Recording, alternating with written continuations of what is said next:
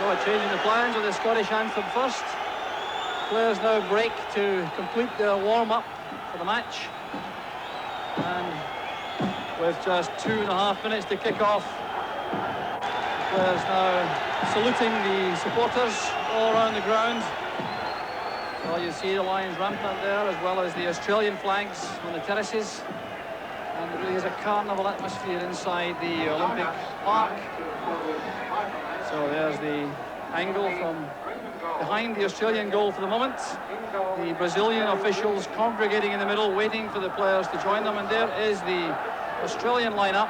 And despite the numbers there, Robbie Dunn wearing number 15 will play at centre back, and Jimmy Patikas wearing 18 will play in midfield.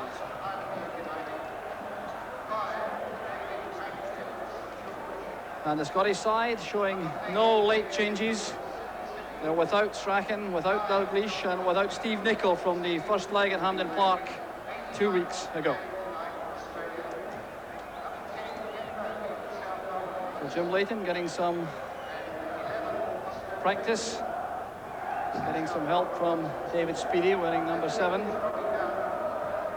So the Scottish players now waiting while the photographs are taken in the centre circle. The Australians also no doubt impatient for the match to begin. There's been a very long build-up for the Scots, who arrived here on Friday to get over the jet lag problems. And now the big moment is near, and 90 minutes separate these sides from a place in the World Cup finals in Mexico next June. So there's a high-angle camera showing the Scottish warm-up. They were out about half an hour before the start to become acclimatised fully to the playing surface. There's John Kuzmina, number 9 for Australia, on whom many of their hopes are pinned. He is the top goal scorer in the Australian side with 24 goals from 46 full internationals. Former Arsenal player, and clearly a man on whom Australia will be depending a great deal tonight. So the toss of the coin has been carried out, and the teams will stay as they are now, which leaves the Australians defending the goal to our left. The referee now asking for the practice balls to be removed from the playing surface, and it will be Scotland who will start the match. No, the referee waving away Frank McAvenny, who came forward, and it will be Australia who will kick off.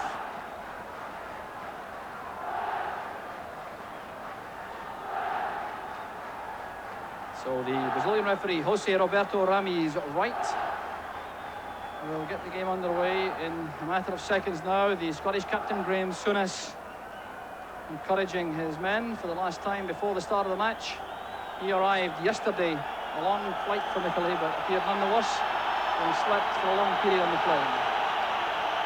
So whistling around the stadium, encouraging the referee to get the game underway. But the referee is still not entirely happy. Signalling to the track. Looks very calm and impassive. There he is, Rami's right. British surname, but certainly a man who has made a big name for himself in world football, a full-time referee in Brazil. And he obviously will have a key role in the early stages as Australia get the match underway. The floodlights are on, although the visibility appears to be excellent. And I'm delighted to have beside me in the commentary box Hugh McIlvanney of The Observer. Hugh, a great atmosphere. Oh, inevitably so. I think it'll be better, even better, when the latecomers among our supporters make it in from the pubs. I think a few of them have still to get through the gates. Well, the Australians certainly were here very early indeed. There's Richard Gough with the throw.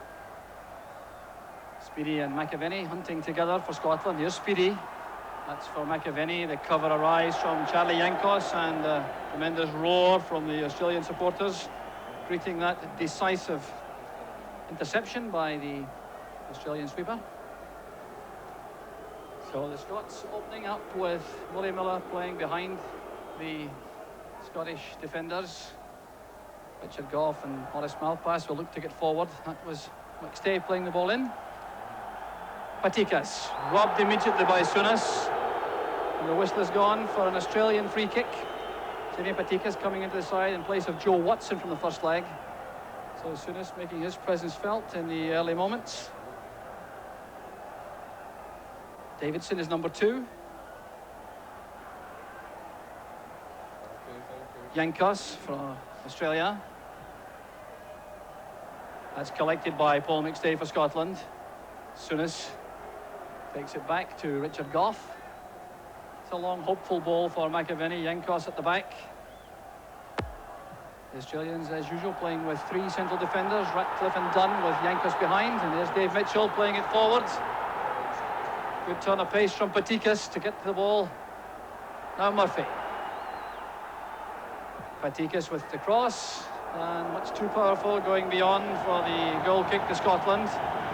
But Jimmy Patikas making a very promising start to the match. He played against Scotland in the World Youth Championships in Mexico a couple of years ago against the likes of Neil Cooper and Paul McStay. Indeed, he scored the winning goal against Scotland in Mexico for Australia.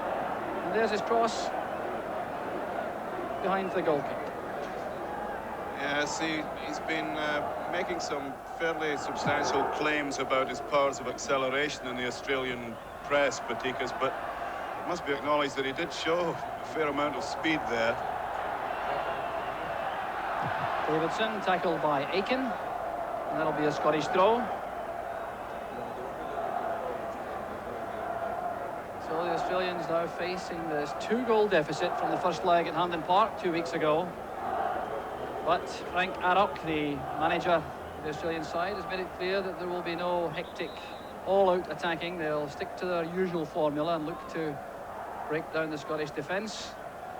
Some breaks from midfield. I think we can all be pretty sure that although Frank Arok has been saying they'll be very sensible and will take it easy, they won't rush into attack, that's because it's the only way they can play. They've got to make defensive work the basis of anything they do out there tonight.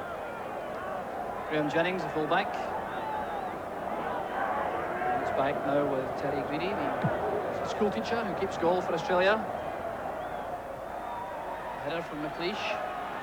Speedy first to the ball. Here's McAvenny. Now Davy Cooper has started the match on the right wing for Scotland.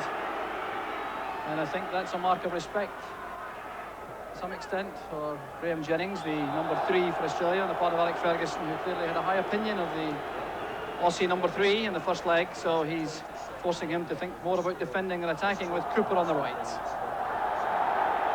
This is Kevin Murphy for Australia.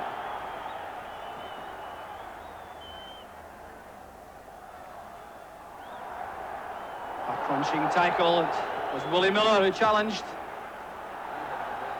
Roy Aiken. Lofting it forward, Speedy gives chase. Doing a bit of pushing on David Ratcliffe, the Australian number 5. The free kick is quickly taken. And is now with Alan Davidson, Nottingham Forest right back.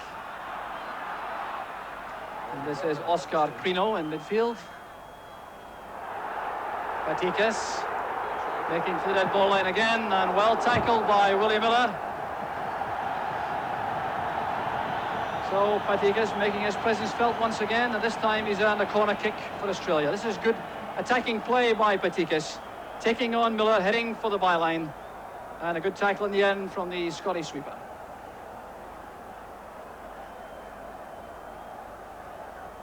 The corner kick will be taken by Oscar Crino. Australia with tall men up from the back, but it's won by McLeish. Crino takes his eye off the ball, and that's a let off for Scotland, taking a bit of pressure off. Crino looking to see where he would play the ball and letting it run for the throw. So there's Roy Aiken. Speedy under pressure from Jennings. Dunn's challenge, and it's Roy Aiken. Careless one picked up by Murphy. Aiken again, thumping it into the Australian half. So just over 5 minutes of the match gone. Still no scoring, and Australia making an impressive start to the match, getting forward perhaps a little more than we all thought. That is certainly the case at the moment. This man Patikas already suggests that he could be an extra element. He's playing much more aggressively than any Australian played in Glasgow, and with much more effect, simply because he's got utterly genuine pace. So McAvenny is challenged. The ball goes for the Scottish throw. So Scotland still really to settle in midfield, looking to Graham Souness and Paul McStay to deliver the passes from that area, with Aiken providing the drive and the power. Here's Souness. No qualms about playing it back to Alec McLeish. And he in turn uses his Aberdeen teammate, Jim Leighton. Maurice Malpass coming short for the throw out. Davy Cooper has now switched to the Scottish left. McAvenny showing good control initially. Good tackle by Ratcliffe. Cooper to Souness. Challenge from Murphy. Souness a shade casual as he moved on to the ball. So again, Scotland calming things down, trying to control the game, but we already heard Alec Ferguson in that interview before the match indicate that he would like to defend in the Australian half. The Australians aren't making that all too easy at the moment. But I think if Scotland are the team we believe them to be, and if their talents are as superior to those of Australia as we're sure they are, then signs of aggression from the opposition should be in Scotland's favour. If Australia do indeed open out more than we suspected they would, the task should, at the end of the day, be slightly simpler for Scotland. So Patikas again getting onto a loose ball at the edge of the box to have a try for goal. Bit of barging into Alec McLeish, being complained about by the Scottish players. Willie Miller having a word with referee Rami's right, complaining that McLeish was being barged as the ball was in the air. I think if Willie's going to complain about barging against these Australians, he's going to be hoarse before the end of the night. Aiken's header falls straight to Davidson. There's Dunn. That's for Dave Mitchell to chase, and Alec McLeish slides into the tackle. Forced, though, to concede yet another corner kick to Australia. And already it's become clear that Scotland have certainly a match to face tonight. Dave Mitchell anxious to prove a few things to Rangers supporters in particular, perhaps. He's Dunn's header played away by Willie Miller. Scotland pushing out of the box. Murphy attacking them. Still Pino going through, a chance now for Australia. Dave Mitchell going in on Jim Leighton. The whistle had already gone, but that was very courageous goalkeeping by Jim Leighton. Well, the Scottish defence looking vulnerable for a second here. The Australians came through in numbers. A hand was used, I think, by Dave Mitchell, and that's why the free kick's been given.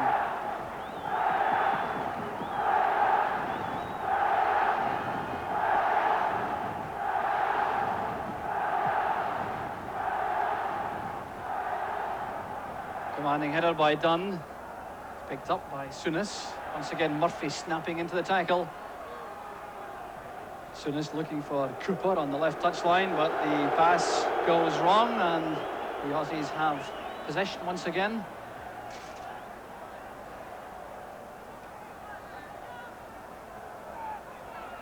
Davidson's throw, looking for Patikas.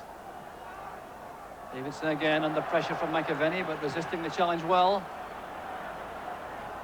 McStay chesting it down for Souness. 10 minutes of the match gone. Australia 0, Scotland 0, and Roy Aiken is penalised. There's Frank Arrock and Eddie Thompson, the Australian coaching pair. So free kick to Australia, and again pushing the central defenders forward. Scotland leaving only Speedy and McAvenny up. Header came from Gough. Here's Crino. Souness into the tackle late, and that's a free kick to Australia.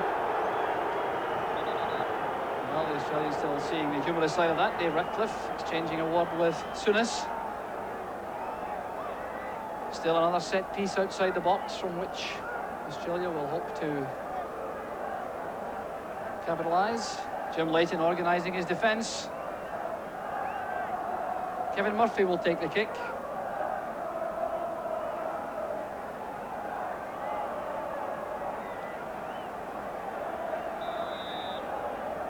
A long run up for Murphy. Flighted ball to the far post, but McLeish is there on his own. He's headed back into the danger area. Murphy again challenging. Hand was used by Australia, and Scotland have the opportunity to have some respite in defence and get the ball forward. Again, playing it short from the back. McStay looking for Speedy, who's moved to the right. Cooper still hugging the left touchline for the moment. Souness hustled by Crino, but the free kick goes to Scotland.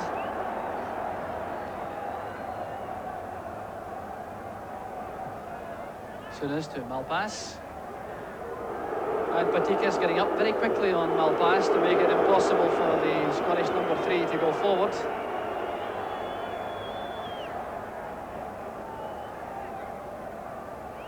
At the moment, the Australians are succeeding in applying the policy that Alec Ferguson hoped the Scots would be able to use. Running by Malpass, stopped by Yankus, and Murphy has it again in midfield. Trying to release Kuzmina on the left. It's good play from McStay on the right. Chases on for Speedy. And that'll be the first corner kick of the match to Scotland. Dave Speedy showing his tremendous acceleration over a short distance. And McStay was the architect of that move. A splendid pass, Speedy doing well, and Robbie Dunn also doing well for Australia with the late challenge. Yes, they were making us defend in our area for a little while too long there, Jock, but this may be a shade healthier. Dave Cooper lining up the in-swinger for Scotland. Richard Gough has gone forward, so has Alec McLeish. Roy Aitken also in the box. Well, that was dangerous, and no taker for Scotland as the Australians left it to each other, and it's gone harmlessly behind for the goal kick. So a look at the main grandstand here inside Olympic Park, as the Australians favour the short goal kick too, but Charlie Yankus forced to come into the box to play it back to Greedy because Dave Speedy was in close attendance. The goal kick must be retaken. Yankus winning his 17th cap.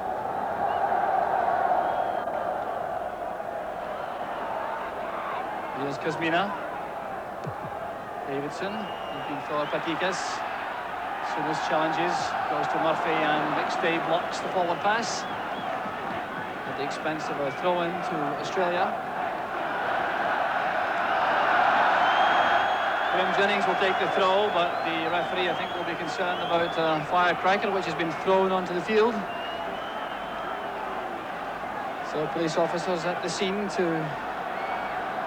eliminate that distraction.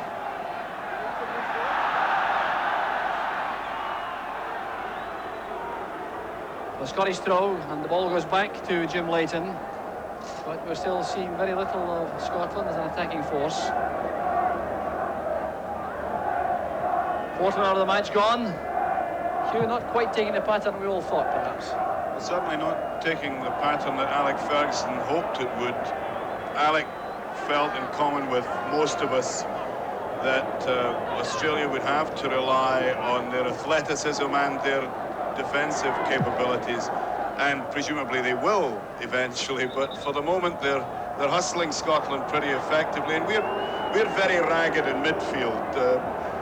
Graham hasn't found his touch yet, Graham Souness, and Roy Aitken and Paul McStay equally are finding difficulty in asserting themselves. The Australians are doing some very useful work in the middle of the park, and they're putting pressure on our defence. Davy Cooper going up with Yankus. Not surprisingly, the Australian wins that high ball. Yankus again. Davidson takes over. This time he gets the mark from the Australian fans for the pass back. Certainly not a move which is relished in Australia.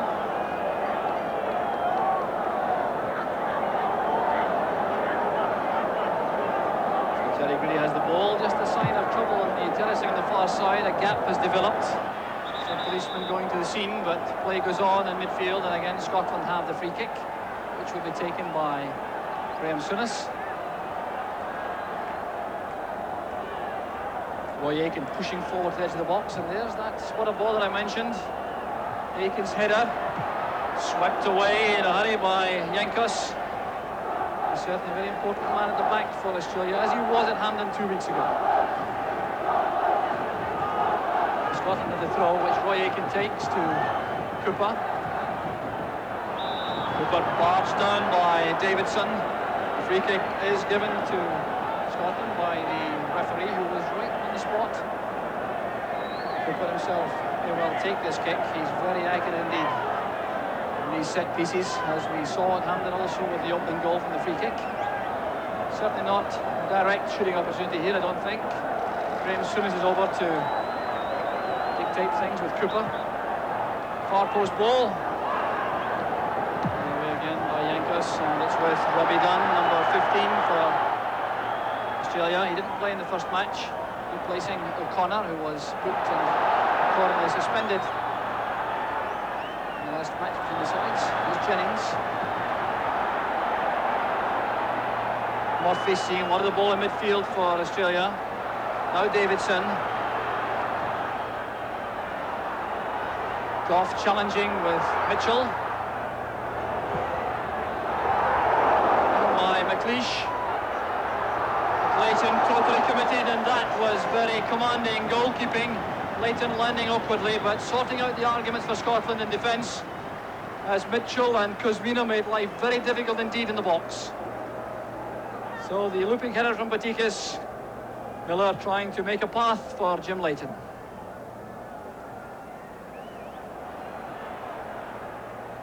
So the Australians continuing to outnumber Scotland in midfield, with both fullbacks, Davidson and Jennings, pushed into the flanks in that area, with just 3 men left at the back for Australia, marking Speedy and McAvenny.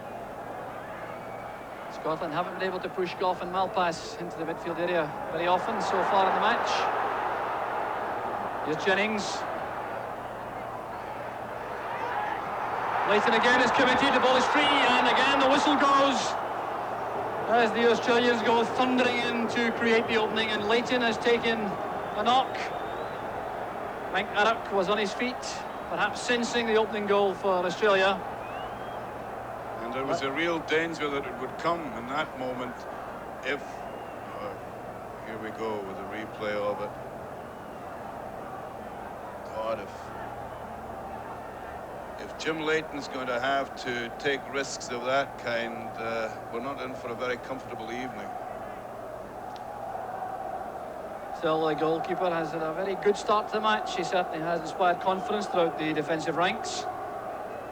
And there's a contingent of the Scottish fans, perhaps up to 10,000 Scots in the stadium. Most of them, of course, coming from Australia, and a fair contingent also, we understand, from New Zealand. So there's the main grandstand here in the Olympic Park. Jim Leighton has recovered.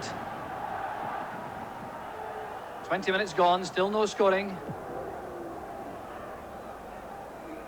McAvenny getting a good header, but no one in position except David Ratcliffe for Australia. Speedy doing well to make that challenge. Jankos mopping up at the back, McStay putting him under pressure. That was good play from the Celtic midfield player. Jankos no doubt wanted much more time on the ball than McStay would allow. Souness will take the throw.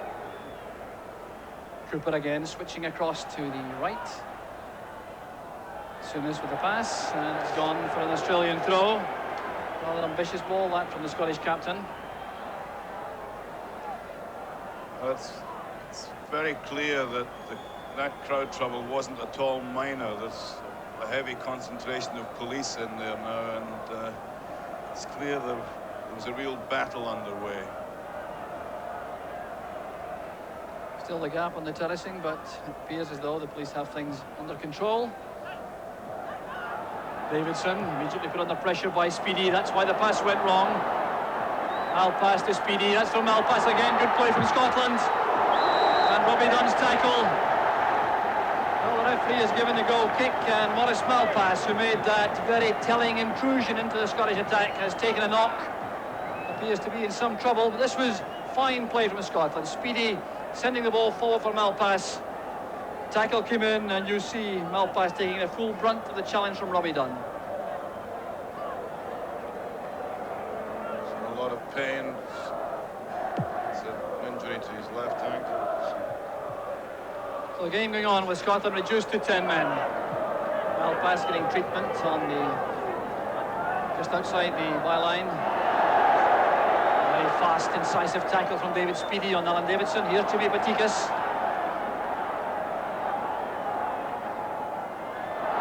Mitchell going beyond the McLeish. Good play from the Australian striker. The header saved by Leighton.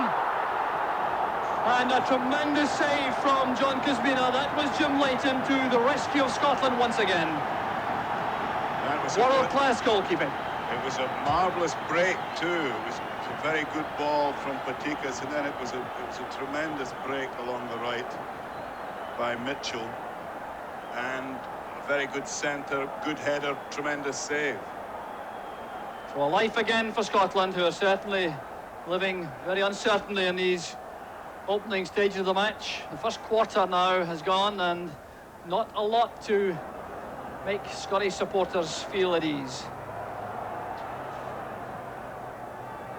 Speedy standing that tackle from Patikas initially very well indeed. Miller thumping it forward. McAvenny trying to get beyond Robbie Dunn. He's done well for Scotland. Referee waving play on. Some forlorn hopes for a free kick. Frank McAvenny certainly thought he was fouled, but it appeared to be hard to argue with the referee's view of that incident. Goff's challenge. Richard Goff going in again on Dave Mitchell. Referee waving play on because Australia still have possession. Crino playing it forward. Patikas again running at the Scottish defence, getting away from Aiken. Here's Davidson. Malpass blocking his path. Goff going up. That's what he does so well for Scotland. Jennings tackled instantly for Scotland by Graham Souness. That was fine defending by the Scottish captain. And McAvenny sent tumbling. The Scottish bench clearly must be feeling the anxieties of World Cup action. McAvenny took the full brunt of that challenge from the back, and Scotland have possession from the free kick. Souness finding a gap forward. McAvenny. Patikas made the initial challenge, which won possession back for Australia, and it's Patikas again. Very anxious indeed to make an impression on the match, and succeeding at the moment. Crino's pass goes astray. It's well read for Scotland by Willie Miller. McAvenny is offside. Greedy very quickly off his line, but the flag was up instantly, and the referee reacted immediately, so there was no chance on for McAvenny, but that didn't detract from the goalkeeping of Terry Greedy for Australia.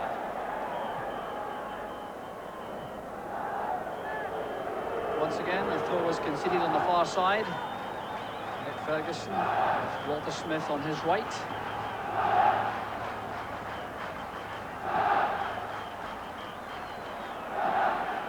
Tackle from Willie Miller. Oh, that's superb play from Paul McStay. Has McAvenny and Speedy up in attack.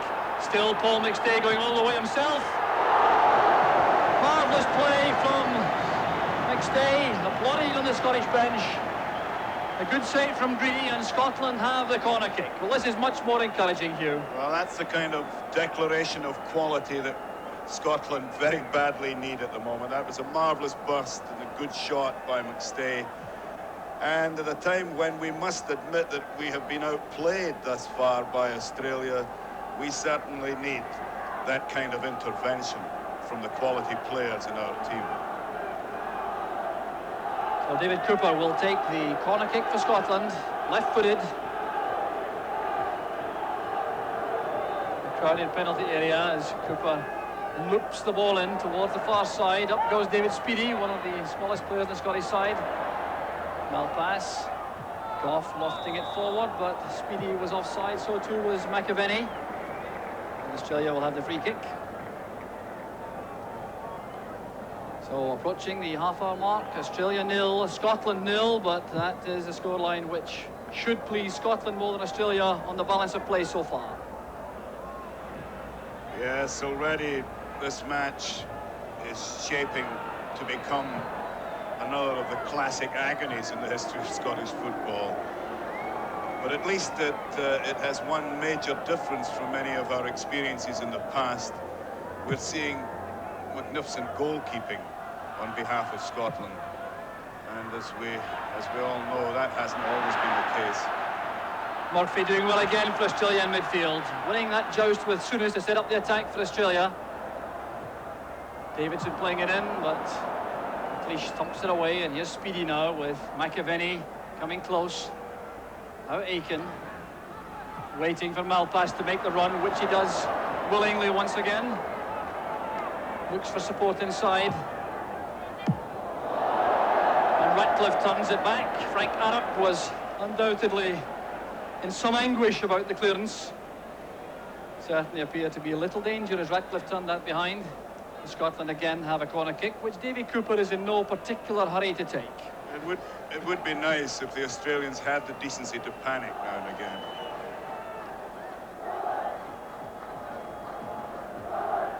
So the Scots line up in the middle as Cooper sends over the outswinger this time. McLeish nodding it forward, up goes Speedy. He gets up very well indeed.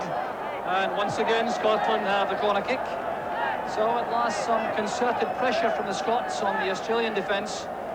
A goal, of course, for Scotland would make the Australian task, you would think, virtually impossible, because that away goal would prove crucial in the event that Australia managed to find the net a couple of times. There's Cooper.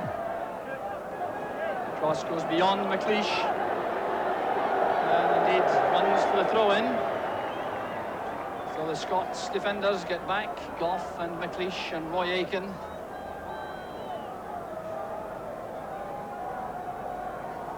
The Australians do seem to have lost some of their momentum in midfield for the moment.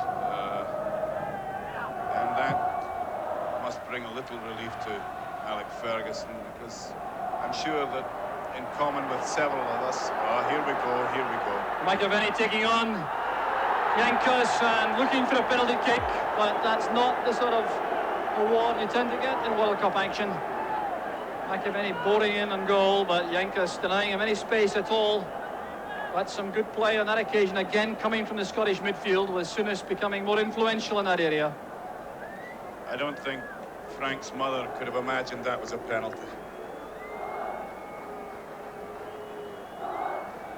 Well, from behind the goal, it looked a little bit less healthy for the Australians, but he had lost the ball completely anyway, and I think he made a lot of the collision when it happened.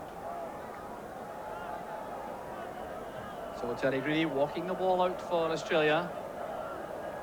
Australian pace seems to have dropped a little as Patikas has been less involved in the action in the last 10 to 15 minutes. The Scots reacting to the threat he posed in the opening 10 minutes. McAvenny appeared to be barging into Ratcliffe, and a bit of unpleasantness sparked off by McAvenny's challenge. And the Brazilian referee will now calm things down. But Frank McAvenny, I don't think, can be too pleased with his involvement in that. The high ball, he certainly was not watching. He was running towards Ratcliffe, and that's what upset the Australian defenders.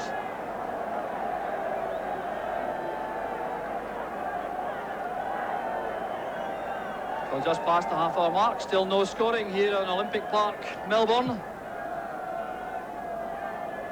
Conditions remain absolutely ideal. The temperature continuing to drop gently to around the 60 mark. Scotland certainly have no problems in that regard. And splendid running by the Australians. It's Jennings on the left. Once again, the high ball was won by McLeish. Bad piece of control at the edge of the box by Davy Cooper, but it comes to no harm as the shot goes through harmlessly to Jim Leighton.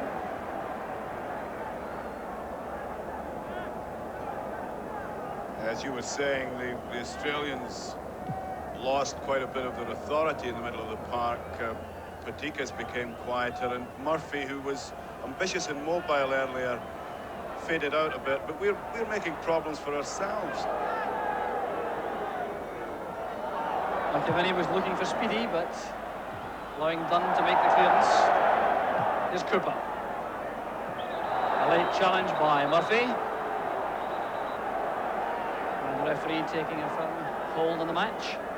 Cooper had played the ball away before Murphy arrived. So Scotland have the free kick. And the Australians already thinking about a substitute.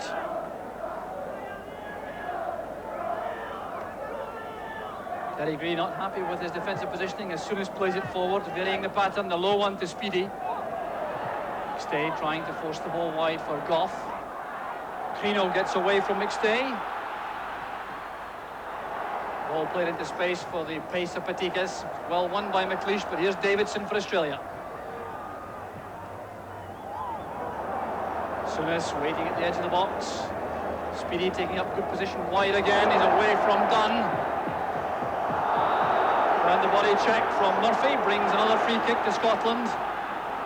But David Speedy looking very positive whenever he gets possession.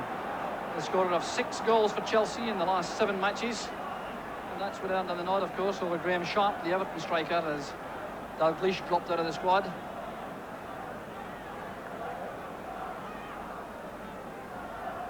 Speedy with a tall Robbie Dunn as Malpass lofts the ball forward. Goff is in the box.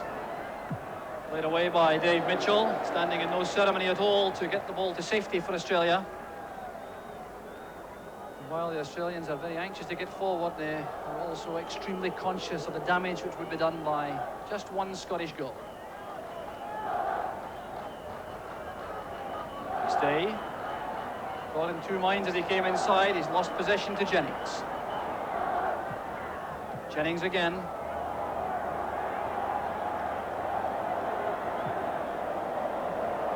And Murphy this time popping up on the right flank for Australia.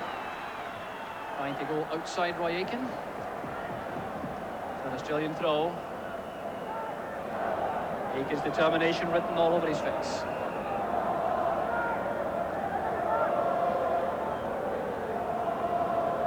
Murphy is lining up a long throw for Australia, looking for one of the tall players in the box. Scotland have a few as well. Came off the head of Roy Aitken for yet another throw to Australia.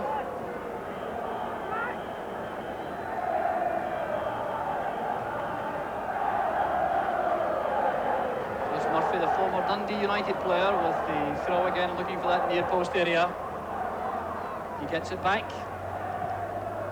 Far post cross this time. Malpass with a header towards safety on the flank. Linking with Cooper. Cooper forced by the immediate attention of Murphy to play the ball out for the throw. We still haven't seen the real creative talents of Davy Cooper.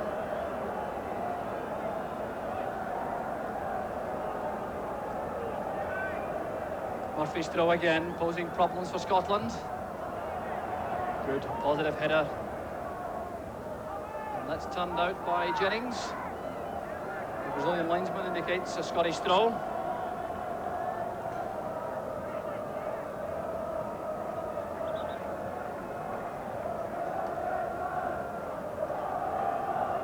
So it's Roy Aitken with the throw for Scotland. 10 minutes of the first half left, still no scoring as McAvenny goes in behind Yankus.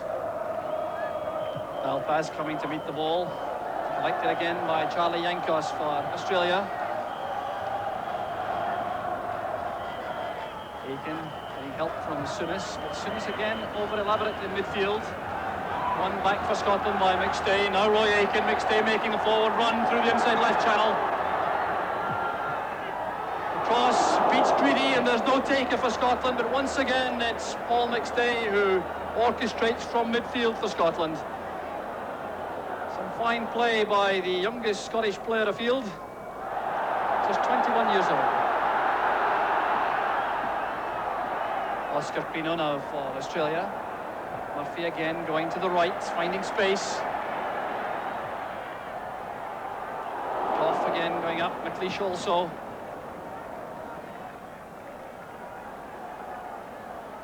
And Australia again have the chance to test the Scottish defence in the air from a long throw. Changing the pattern this time, the short one to Jennings. Roy Aitken's header falls straight to Davidson. The Australians have all the players except Dunn and Yankas back. They're all up, pushing forward to create the opening. Well pass, turning it back, and the shot goes wide. A hand was used though by Dave Mitchell. And yet another moment for the Scottish defence to breathe uneasily. Coming from a cross ball again, fired across the penalty area. Turned away in the end by McLeish, but the whistle had gone for handball. Yes, we're not short of anxieties up there in Jim Leighton's penalty area. I don't imagine he expected this kind of evening. Dunn thumping it forward, Mitchell chasing with McLeish, Miller providing the cover. And that's a good tackle by McLeish. Kept on his feet, kept his eye on the ball. Speedy up with Yankas. McAvenny controls it well. He has Cooper on the left. Now a chance for Cooper to run at Davidson. Finding Speedy inside. McAvenny waiting in the middle, but here's Souness. Souness sprinted fully 20 yards to be available for that cutback from Speedy, but he couldn't get the shot on target. You're quite right to emphasise the positive approach of Speedy. He said before this match that he was sure some of these big Australians would have a look at his physique and decide instantly that they'd have no problems with him, and he said he hoped that was exactly how they would see him. He said by the time they find out the truth, they'll be out of the World Cup.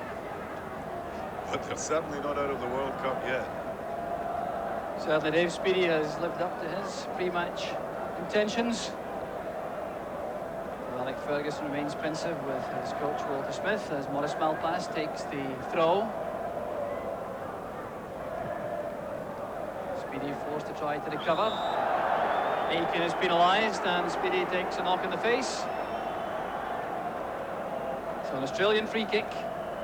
These situations always cause problems with men like Robbie Dunn to go forward to join the attack with Ratcliffe. Tall men, dangerous in the air. Davidson's free kick. Dumped high in the air and certainly not to safety for Scotland. Roy Aitken being barged by Dunn. The referee allows play to go on. And the goal kick's been given to Scotland. So just a little over 5 minutes of this first half left. The honours undoubtedly going to Australia in the opening period, but the most important aspect for Scotland is the scoreline, which remains blank.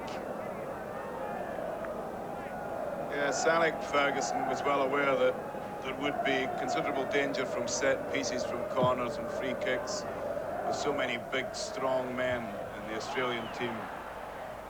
Frank Arrock says they're the best team in the world in the air. Well, that's obviously a bit of an exaggeration, but they can do damage in the air.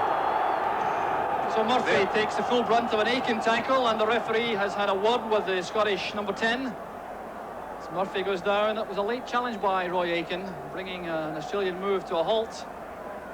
Certainly brought the Australian bench to its feet. Again, Murphy still making a big impression on this first half for Australia, winning his 14th cap. Flighted in by Yankas. The cavalry chart is on again of the big men, but it's Leighton who comes out to settle any arguments for Scotland.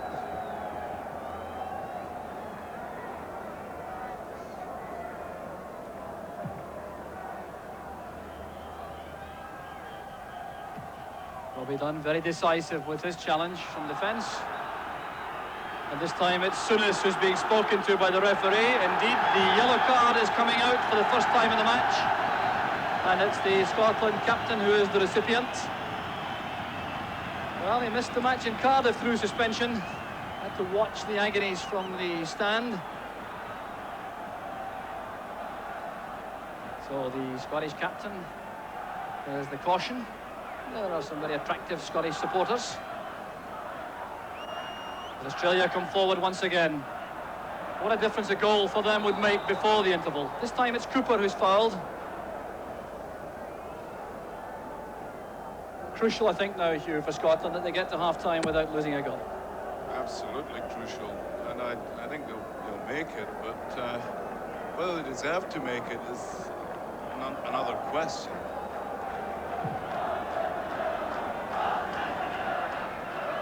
McAvenny goes up as Dunn stumbles.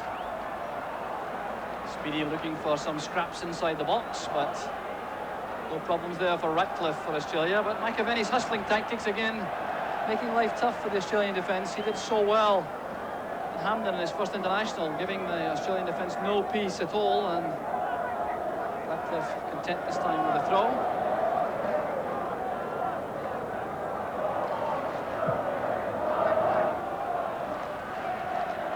Pass crossing over to win possession for Scotland, but it's back with the Australians, the former Graham Jennings. McLeish standing his ground to head clear. Good challenge that time by Graham Souness, giving McStay the chance to come forward. Good touch on from McAvenny to Speedy. Cooper is available on the left. And can he take on Davidson? Forest fullback doing a good job once again, as he did indeed at Hampden Park. So Cooper leaves the throw to Malpass. Half-time whistle fast approaching. Frank Larrock can hardly bear to watch as Roy Aitken takes the throw for Scotland. Cooper sends it back. Aitken making with a byline past Oscar Crino. McAvenny couldn't control it well enough. Good play from Aitken. The chance goes a begging, a difficult one for McAvenny to control, and Australia have the goal kick. Yes, that ball came very awkwardly to McAvenny. It was nice work by Aitken, but the final ball didn't give McAvenny much chance of getting a shot in. Header from McLeish. He hasn't missed much in the air tonight. Maurice Malpass. McAvenny coming to the left. Robbie Dunn standing his ground to head clear. Well, a rare error on the part of Paul McStay as far as control is concerned. So Australia have possession with the throw taken by Davidson to Murphy. Murphy again, back to Davidson. Kuzmina playing it inside. Oscar Pino back to Murphy. Well, you can see the Australians setting up that shooting chance very deliberately indeed. But Jim Leighton is showing enough form to suggest that he'll be very difficult indeed to beat from that sort of range. So there was the build-up. Crino waiting for Murphy to take up position. A lot of players between him and the goal.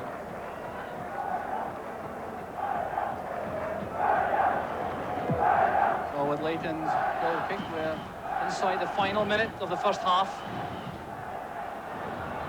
Brief interruption only for treatment for one injured player. Speedy playing it on towards McAvenny. Back it comes to Aitken. Speedy making a second run for Scotland up front and winning it, or preventing it going for the throw, but having to concede goal kick. A tireless worker up front, David Speedy. Still to break his scoring duck for Scotland, although he was involved in that vital penalty incident at Ninian Park, Cardiff. Davy Cooper scored the goal, which earned Scotland the right to be here in Melbourne. And there goes the half-time whistle.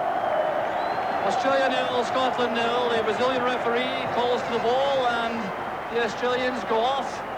Certainly having taken the first half honours, first half display from Scotland, which has caused lots of anxiety among their supporters. The hero undoubtedly in the first half of Scotland was Jim Leighton, but Scotland still hanging on, no scoring. And with that, we hand you back to Arthur in the studio in Glasgow.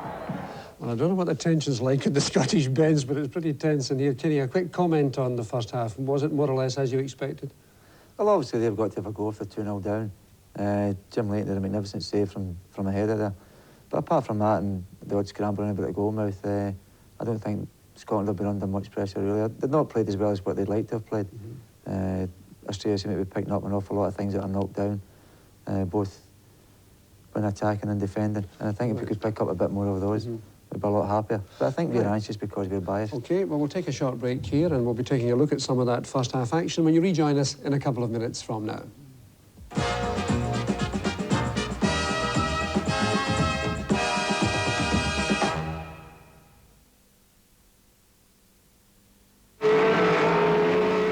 You'll be lucky. Sorry? Olympus Trip AF. No. Couldn't snap twigs. You want to get on in this game, get yourself a complicated camera. No point, this does the lot. Yeah. Automatic focus. Sure. Automatic exposure. Even tells you if you need a flash. Too simple, son. Too simple by half. Give us a wave, Banjo Love. Hi, Bailey. Hello, son. Bailey? What, David Bailey? Stow me. I've got all your records. Olympus Trip AF. Too simple by half. For all the checks we pay to the florist, to the shoe shop, to the Rajput tendery, no charge. For all those standing orders, for the rates, the TV and the sports club subscription, no charge. For the use of our cash dispenser at twilight in the pouring rain, no charge. For all these services for all NatWest personal customers who stay in credit, there'll be no charge. NatWest, the Action Bank. Here we are, Mr. Morton. The Shell wine glass and matching decanter. His lordship will be pleased, but I must hurry, no time to waste. The free wine glass and decanter, my lord, from the Shell station. Excellent quality, if I may say so.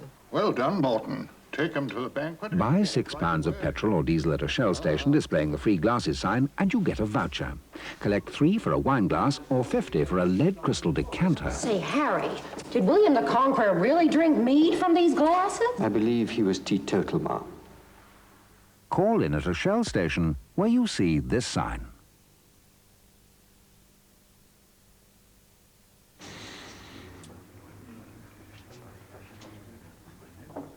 Today, when they invited me along to this turnout, I took the precaution of bringing enough of the amber nectar to go around.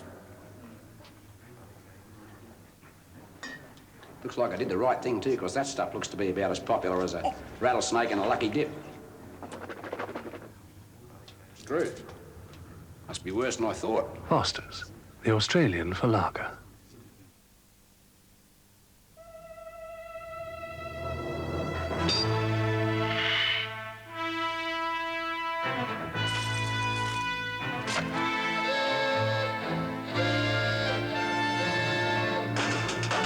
Seiko performs. The rest is up to you.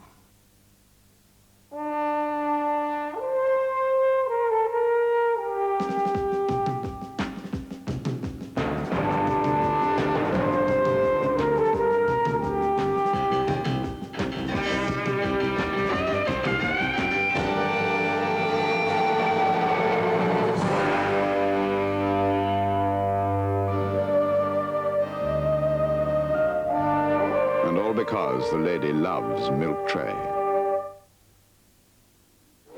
The Olympus Trip AF now has a motor drive. It winds on the film without winding you up. The new Trip AF MD.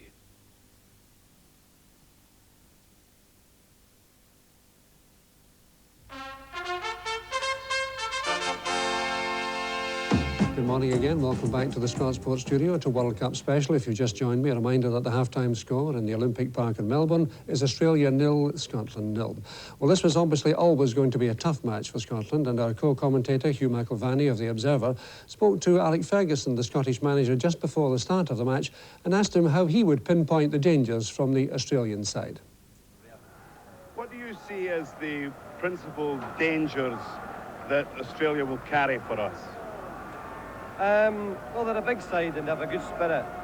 I think their game is based in a defensive situation. But in set pieces, corner kicks, throw-ins, free kicks, they can be particularly dangerous because of so many big lads. I think it's important that we make sure that we're not in our penalty box, that we defend outside the penalty box as much as we can. And our system tonight will be based on that we'll try to defend as early as we can and make sure we're in their half of the park, not our own. You're scoring goals in their half of the park. Well, I certainly hope so, Hugh. Thanks, Alex. Good luck. Thank you. Cautiously optimistic there, the boss, before the game. But I think if there was a moment in the first half where, you know, we breathed really heavily, was when Jim Leighton made that superb save. This was actually a difficult one, but a very good save at the end. It's just reflexes, really. He's got right in the road of it. Unfortunately, it fell to Graham, who could get a touch on it to hook it away. At that point, the Aussies were busy. They were working, finding their men well. It was the kind of intensive pressure that we expected from them at this stage. It was a lovely move that started it, wasn't it? Yeah, Mitchell threw big like a dummy and then get round behind them. They put over a good cross, actually, and Jim's a great save. It's nice to see it staying out. At that point, the Aussies were really working well, and I know that that's how we expected it to be. But having said that, there wasn't a lot of Scottish attacks until Paul McStay actually decided to take a hand. This was actually one of the best moves of the match from Scotland's point of view, wasn't it? Yeah.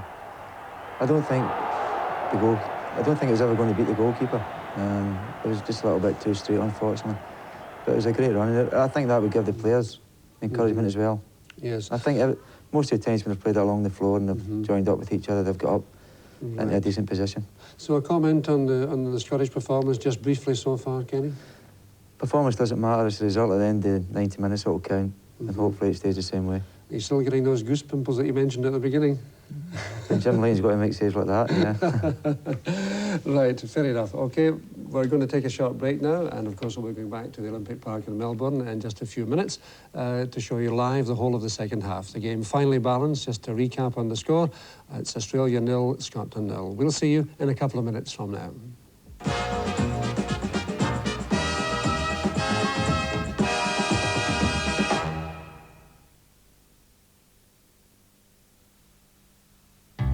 One name is always at hand, synchronized perfectly, precision crafted, designs inspired by nature,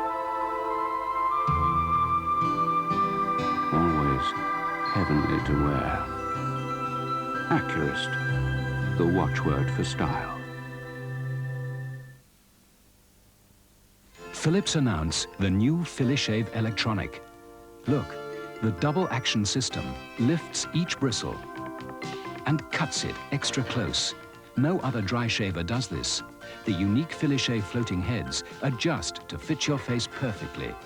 It recharges in just 1 hour for weeks of unbeatably close shaving.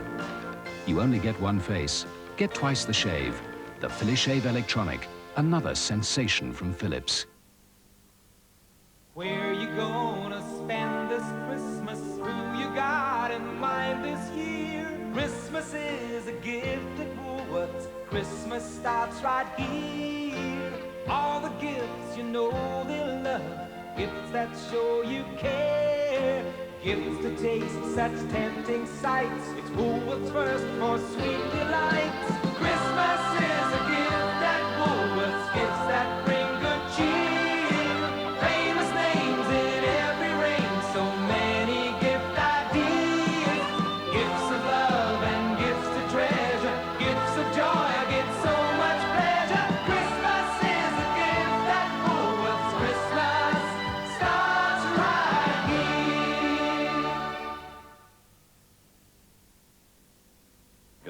G'day, is that the Flying Doctor, over? Copy you, Bruce. Billy is real crook, Doc. He's sweating like crazy. Temperature of 104. Oh, he looks terrible. What do we do, over? Give him a cold drink. The coolest thing in the house until I get to you. Otherwise, well, it could be real bad.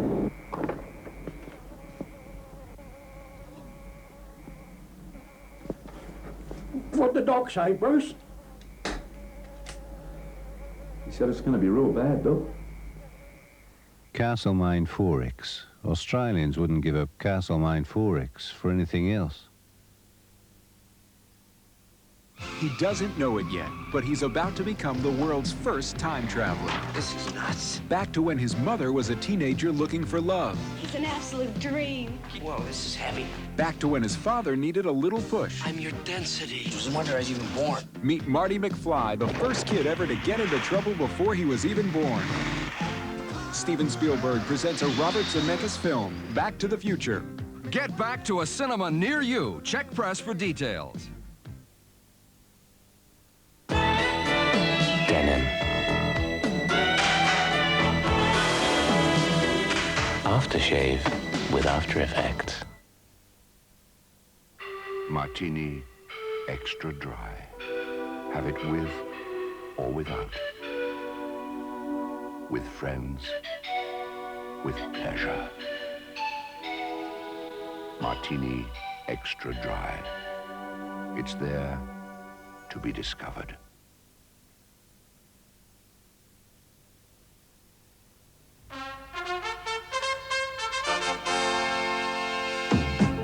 Hello again, good morning once more from Glasgow, and a reminder, if you just joined us, that the half-time score in the vital World Cup playoff game in the Olympic Park in Melbourne is Australia 0, Scotland 0. The match very, very finely balanced indeed, and of course Scotland leading by 2-0 from the first match at Hampden Park 2 weeks ago. Kenny, we talked briefly there about the first half, and towards the end of the first half it was noticeable, as we'll see in this clip, that the Scots were beginning to push forward with a little bit more determination. A good run here from Roy Aitken. Yeah. As I said before, there's twice David Speedy and then Maurice Malpas almost got in, just by playing the ball along the ground and creating a bit of space for themselves. Fine, well, let's see what's happening out there. The team's not quite out for the start of the second half, and this gives us an opportunity to have a quick word with Jock Brown and Hugh McIlvanney, who are our commentators out there. Jock, a very tense first half by all accounts. It certainly looked that way from here. Did you feel the tension yourself? Without question, Arthur, it was a case of agonies once again in a Scottish World Cup occasion. It really has been very difficult indeed to watch us go through this mill once more. We never seem to make it easy at all. Hugh, I think that was your feeling too. It was my feeling. An Australian asked me a moment ago if I felt Scotland had done enough to satisfy in the first half. I said they've done enough to cause about 400 heart attacks around the ground. Well, we should say... It really was pretty hellish. We should say to Hugh, by the way, if he's hearing your... Yes, it's been a very difficult time for the Scots, but the teams are now reappearing, as you can see, Arthur. Righty-ho. Just one final comment. David Speedy's mother did phone to say she thought it was a penalty, by the way. Anyway, out they come for the start of the second half, Jock. We wish everyone well there, and we'll give you a quick opportunity to look to see if there's been any half-time substitutions, Jock. All the best for the second half. Thank you, Arthur, and welcome back properly to Melbourne. In terms of action, we have the sides back in the field, and no sign at all of any Scottish substitution, I can tell you that. Hugh McIlvanney is still chortling at the prospect that David Speedy's mother indicating that she thought it was a penalty kick when she phoned in, but Jimmy Patikas is there for Australia, and the full bench appears to be the same for this second half for Australia. There was some indication of a warm-up being carried out by one of their players, but it appears to be the same 2 sets of 11 players who will start this crucial 45-minute period, which will sort out the fortunes of these sides as far as the World Cup in Mexico is concerned. Just a reminder, though, that should Australia manage to win by 2-0, we would go into extra time and, dare I say it, to penalty kicks. So it's Scotland who will start the second half. It will be very interesting to see what changes they may have made to the pattern with a view to stemming the Australian tide of the first half. Well, in the interview from Alec Ferguson, he was very anxious to defend in the Australian half. He didn't manage to do that in the first half. Let's see what changes have been brought about by the half-time tactics talks. The referee from Brazil taking a very long time to satisfy himself that everything is in order for the start of the second half here in Olympic Park, Melbourne, and the Scots get the match underway once again.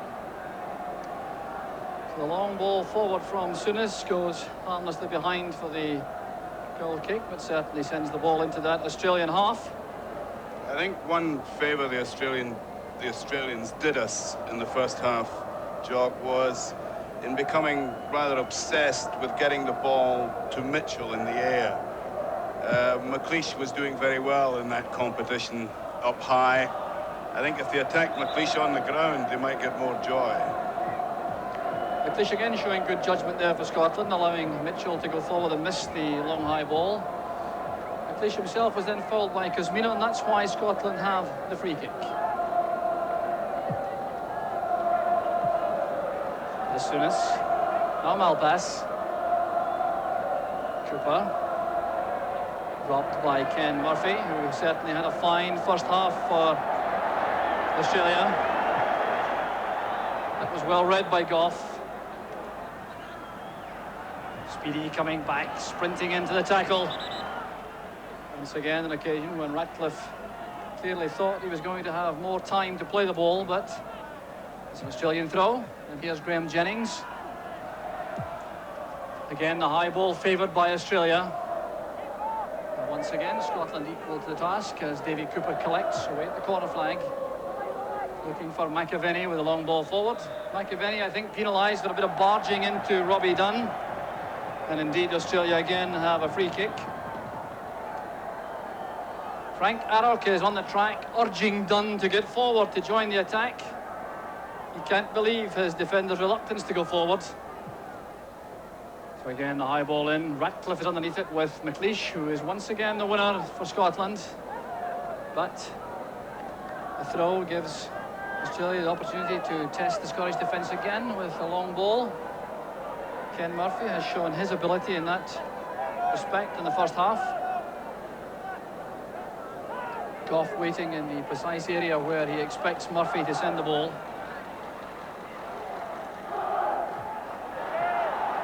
Came off the head of Dave Ratcliffe with a strong challenge from Goff to get the ball behind for the Scotland goal kick.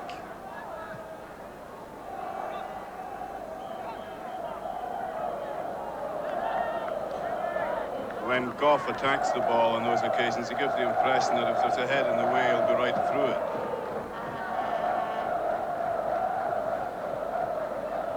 So picturesque setting here at Olympic Park. A balmy evening. Floodlights now on as darkness has descended. Remember, it's 9 o'clock in the evening here in Melbourne.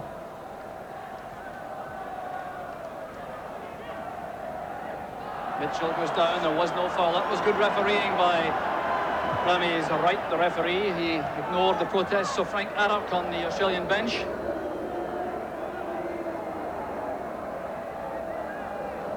Yankelis for Australia. Keeping his eye on the ball. Paul McStay couldn't collect it, nor could David Speedy. So Graham Jennings will take the throw. Patikas going inside Goff, a good challenge, but Patikas has the ball again for Australia. Kuzmino trying to set something up. The break is on as Cooper releases Aiken through the middle. This is where Aiken shows his strength of purpose, but it's too far ahead of McAvenny. He's won it for Scotland. Dunn has made the error. But Australia will get the ball forward. Time very much the enemy for the Australians. Yankelis thumping it forward. Patikas and Mitchell go for the ball, but Goff wins it for Scotland. What a tremendous asset Mitchell Goff is at the back for the Scottish side. He missed the game in Glasgow, where Steve Nicholls' attacking ability was preferred.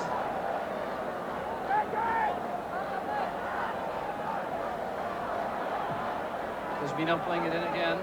Goes Mitchell. It's too far out for the header, and Leighton has all the time in the world to collect for Scotland.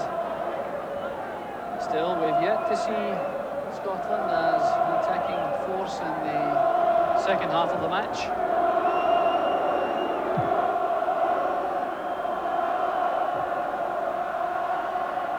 Malpass wins it. Played forward by Davidson, but that's a rather hopeful ball which causes no trouble for the Scottish defence.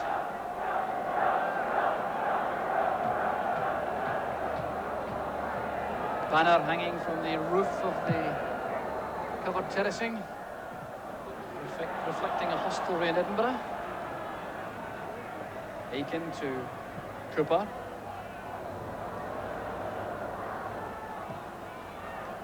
Kuzmina comes deep, shielding the ball from Aiken. Yankas takes over. It's now with Alan Davidson. Mitchell chesting it down, but Souness intercepts, and now Miller and Souness bring the ball clear for Scotland. Miller sprinting forward as Souness looks for the gaps. Here's Willie Miller. First time pass was intended for McAvenny, but Willie Miller making the extra man in attack, almost getting through the Australian defence. Fine, solid tackle there by Richard Gough on Dave Mitchell. Gives the throw to Australia. Ken Murphy once again in midfield. He's been finding space with rather too much ease from the Scottish point of view.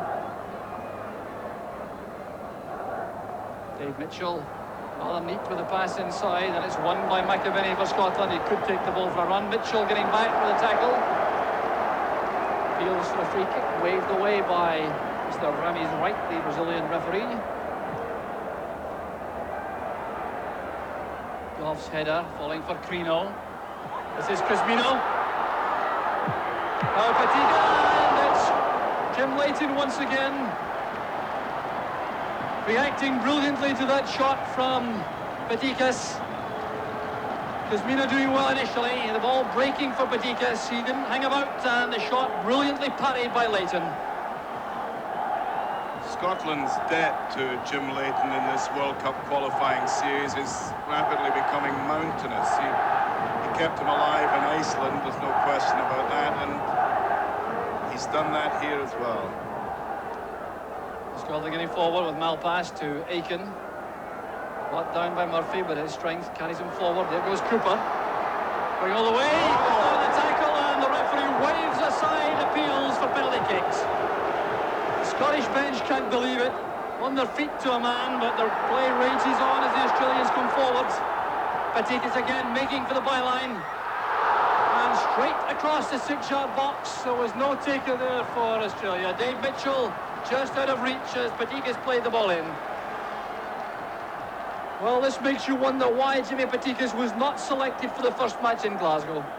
He's been a threat right from the start of the match, and that cross could so easily have been converted for the opening goal. But question marks undoubtedly about the penalty kick. Oh, I think I'd take a lot of convincing that we didn't have a pretty strong case in that instance. We were significantly deprived of a replay, I think, weren't we? Yes, the Australian director electing not to show us that again, but there was a lot of action going on at the other end, so it's Australia again who have possession. Charlie Yankos. Interception by McLeish, and Cooper has a bit of space now to attack Davidson. Electing to come inside this time, gets support from Roy Aiken.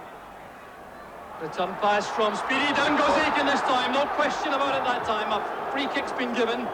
It's been given at the edge of the box as Aiken goes down, and I wonder if Scotland can profit from this situation as they did in Glasgow. The return ball from Speedy was a fine one for Aiken, and that was a callous tackle by Yankas, but certainly was outside the box. Definitely outside the box. Some of the people on our bench clearly thought he was inside, but he was about a yard outside. Well, that, for my money, the worst foul of the match so far. A calculated one on Aiken as he powered his way through into a goal-scoring position. Well, when that happened 2 weeks ago, and Frank McAvenny, Davy Cooper stepped up to ease the strain for Scotland with that thunderous free kick. There are a number of options available to Scotland. Graham Souness, of course, can be deadly, so can Davy Cooper. And the Australians recognising that with a 5-man wall and Yankas behind it. Scots subs warming up. Terry Greedy crouched on the line. Who will take it, Souness or Cooper? The referee not happy with the positioning of the wall, which certainly doesn't appear to be back 10 yards. Souness. McStay. That looked to be deflected, but the appeal by Paul McStay for the corner kick is fruitless. And Paul McStay with the effort at goal. Not very accurate, as you see from this. certainly did appear to take a deflection, and the Scots certainly thought so, but the goal kick's been given. So 10 minutes into the second half, still no scoring here in the Olympic Park, Melbourne, as Scotland begin to assert themselves a little more in attack.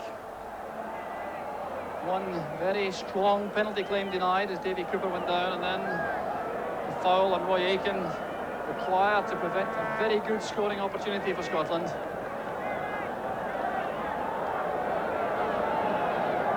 So there must undoubtedly be increasing anxiety in the Australian ranks as time goes by. 35 minutes left. They have to find the net 3 times to earn the right to go to Mexico for the finals in June.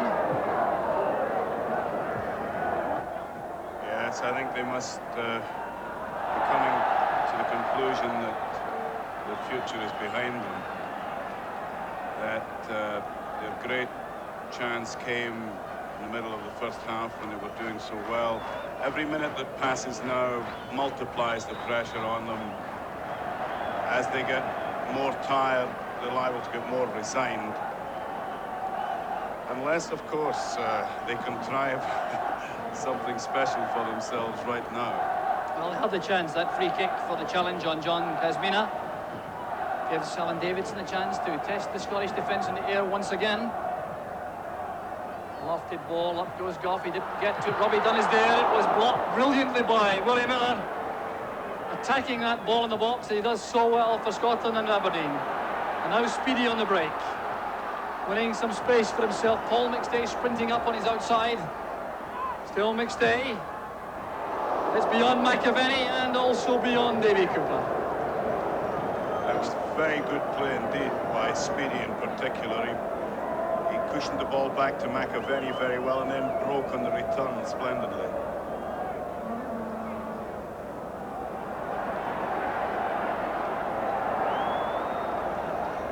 McStay winning it for Scotland again. Depth though undoubtedly due to Willie Miller in that last Australian attack. Fine blocking tackle as the shot came in. Here's Dave Speedy. Souness waits for Goff to go on the outside, uses him as a decoy. The out-swinging ball flighted in, and Greedy does well to beat the ball clear for Australia. Miscue by McStay. He does well to recover and find Souness. Souness looking for a 1-2 going forward. He was balked as he did so, and Ratcliffe is penalised. Again, a free kick outside the box for Scotland. Perhaps too far out for a direct shot at goal, although we have seen some special efforts from Davy Cooper from this sort of range. There's a definite hint now that the Australians are getting a little war-weary. I think if our players can step up the pressure, then maybe some reward for them at this stage of the game. Cooper is over the ball, so is Souness. Paul McStay flights it in. The chance is on for Scotland. There's Speedy. McAvenny it was with a shot. He couldn't get it on target. And that was sheer brilliance from the Scot, right until the finish. Well, that clearly came from the training ground. Flighted in by Paul McStay. Alec McLeish getting free, nodding the ball across the far post. McAvenny and Speedy in a queue to get to the ball and managing to play the ball over the top.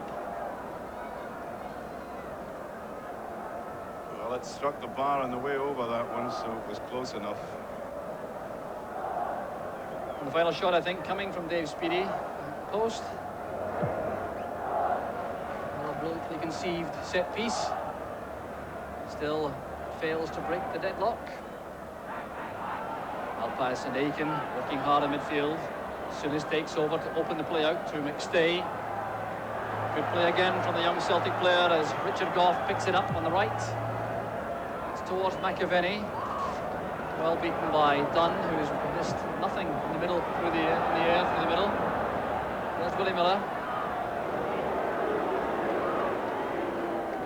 I was just thinking when Willie made that tremendous block a couple of minutes ago, a lot of people in the crowd would think he was pretty lucky, but he's got a habit of doing that sort of thing.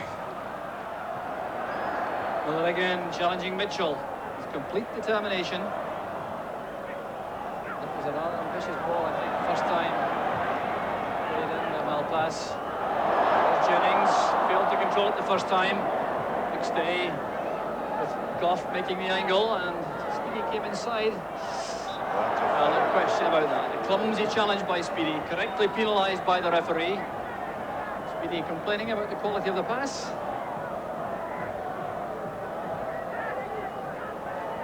So quarter of an hour now into the second half. Still no scoring here in Olympic Park, Melbourne. Scotland still have the aggregate lead by the 2 goals scored in Glasgow. As Jankos pumps in the free kick. Once again, McLeish wins it. Stay on the break. Has Speedy as an option on his outside. Cooper is through the middle. McAvenny arriving late. Break of the ball falls for Speedy. Cooper doing well to remain onside, but Jennings has lots of pace for Australia. Doing well to cover the break from Cooper and play it back to Greedy. Fine young midfield player come defender, Graham Jennings, converted being an orthodox outside left by Tommy Doherty. He's losing that one in the air. There goes Padigas with Morris Malpass. And a very cool piece of defending by the Dundee United defender, sending the ball back to Leighton. But Patikas again with that explosive acceleration, posing problems for the Scottish defence. A look at the quality of this involvement from Morris Malpass. But also excellent work by Leighton. He made himself available and helped to get Malpass out of trouble. Ken Murphy again, finding space on the right side of midfield for Australia. Davidson breaks for Crino. Egypt under pressure from Souness. Was Roy Aiken.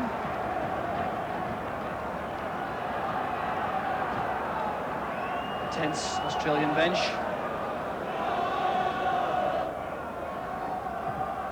Get across again. Souness going to touch this. Kuzmina. The presence of Goff and Miller was enough to prevent him getting a clear shot. Frank Arup clearly thought something was amiss in the Scottish box. Speedy was fouled by Jennings. Free kick's been given, but once again Scotland living a shade dangerously as these balls are played into the box. Certainly can have complete confidence in Jim Leighton in this form, but still the Australians pushing men forward whenever they can. It has certainly created an odd gap at the back. Cooper with McAvenny. Kept in play by Malpass, but Davidson's first to the ball to use his goalkeeper, Terry Greedy. In fact, the ball had gone for the goal kick. Charlie Jankos. Still no sign of activity on either bench as far as substitutes are concerned. Or is there some movement among the Australians? Well, for the moment, the sides remain unaltered as Jim Leighton takes the pass back from Willie Miller.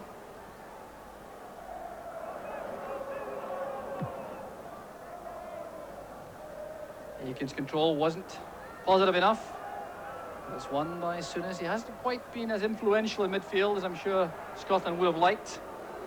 He certainly rejected any thoughts that the long journey for such a late arrival had any effect on him as far as fatigue was concerned, but certainly not the commanding midfield player we've seen on so many occasions. There is indeed some activity on the Australian bench. A substitute warming up as McStay breaks on the right for Scotland. Blocked by Ratcliffe. He did well to get it back towards Speedy, and that was a vital interception by Jankos for Australia. It's Oscar Crino now coming forward. The interception was by Souness. Good play from the Scottish captain. Aiken helps it wide for Cooper. Aiken charging forward again. McStay. Souness becoming more and more involved now. That's towards Cooper.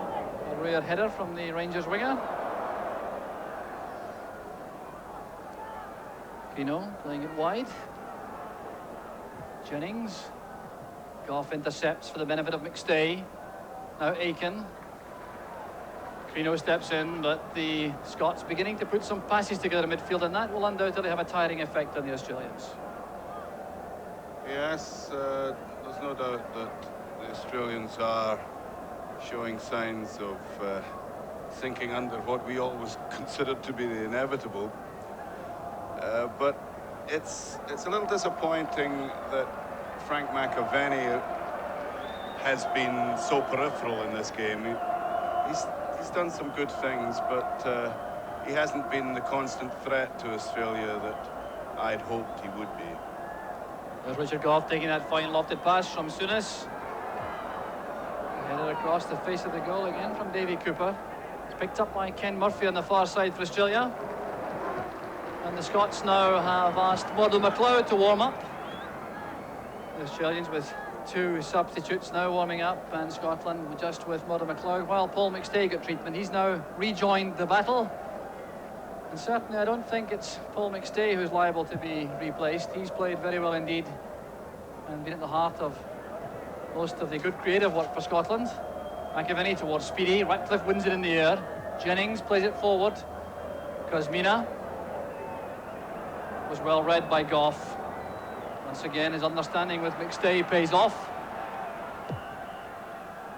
McAvenny coming to meet the ball. 2 Australian defenders there. Yankos won it, and now it's with Oscar Crino. Malpass intercepting. Couldn't keep the ball in play though, and wastes a few seconds by playing the ball over the Olympic running track. The Olympics held here in 1956 in this arena.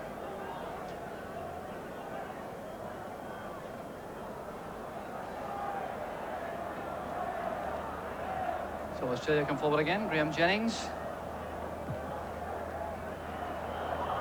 Up goes Gough. Played square across the 80-yard line. Crino couldn't get to it. His legs beginning to feel the pace as Aiken sprints forward. Cooper playing it into space, but the offside flag goes up. Frank McAvenny tried very hard indeed to get back into an onside position. Couldn't quite make it. And that Scottish attack breaks down. So 25 minutes into the second half, still no scoring. Some signs of agitation around Mr. Arrock and his Australian bench. I don't know what the results of it will be. We're obviously going to have a substitution here. We're going to have Zarko Odzakov is going to come on. Yes, it looks like Odzakov. He'll play in midfield if he comes on, if he adopts his normal role. I wondered if the Australians might go for yet another striker, but here's the change which is going to be made. And yes, the legs of Oscar Crino have given out. He is being replaced by Odzakov, experienced 30-year-old midfield player, to boost the Australian midfield. Crino departs. Murdo McLeod has taken up his seat again on the bench for Scotland. Still no sign of a change. That was a sore one in Speedy. Ratcliffe came in heavily. The referee has given the throw in to Scotland, but that's little consolation, I fancy, for the moment for Dave Speedy. Well, he shrugs the knock off. Waits for Gough's throw. Cooper is the man challenging. Picked up Odzakov. Here's Padikas, a roar of anticipation around the stadium as he wins possession, taking on the Scottish defence himself, looking for a shooting chance. Here's Kosmina, playing it against Graham Souness, and Paul McStay calms things down as he tidies up inside the Scottish box. Some first touch by Odzakov. That ball to Padikas was a beauty. Souness slowing it down again for Scotland, playing it back to Jim Leighton. Clearly the current scoreline will do fine as far as Souness and his Scottish teammates are concerned. It certainly creates lots of anxiety for the Scots, the thousands of Scots inside the stadium. There's McAvenny going in bravely with Dunn, but the big defender wins it. And here's Ken Murphy, finding Kosmina, who's come deep away from Alec McLeish. Now Davidson towards Mitchell. Good header down. Chance for Murphy to shoot. And it was Alec McLeish that time attacking the shot to block it. Davy Cooper a shade too remote on the far side as Davidson wins it for Australia, plays it back to Terry Greedy. So we're past the three-quarter point in the match. And thanks to Jim Leighton, Scotland are still on level terms at 0 apiece. And the Australians, with all the problems, trailing by 2 goals from the first leg. The Scots have now invited Maurice Johnston and Graham Sharp to warm up on the track. That would certainly be an interesting change. As Australia line up this free kick, I wonder if Odzakov fancies himself from long range. Scotland have a 2-man wall, Souness and Cooper. Here's Odzakov. And that was a splendid effort from Odzakov, the substitute. It was rising all the time, and that's what took it over the crossbar. It was helped, though, by a fingertip save from Jim Leighton. And the Aussies have a corner kick. The ball was swerving, and Leighton got a touch. Well, I don't think it would have gone in, even if Leighton hadn't touched it, but still some fine goalkeeping once again. Odzakov will take the corner. A cavalry charge once again in the box, but there's been some bumping and boring in the 6-yard box, and the referee gives Scotland a free kick.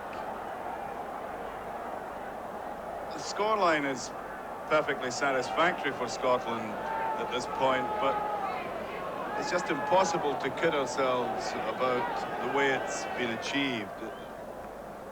If we play like this against the major powers in the game that we're sure to encounter in Mexico, then we'll be in deep trouble. It's all very well to say that these matches will be entirely different problems, that the opposition will bring out different qualities in the Scotland team.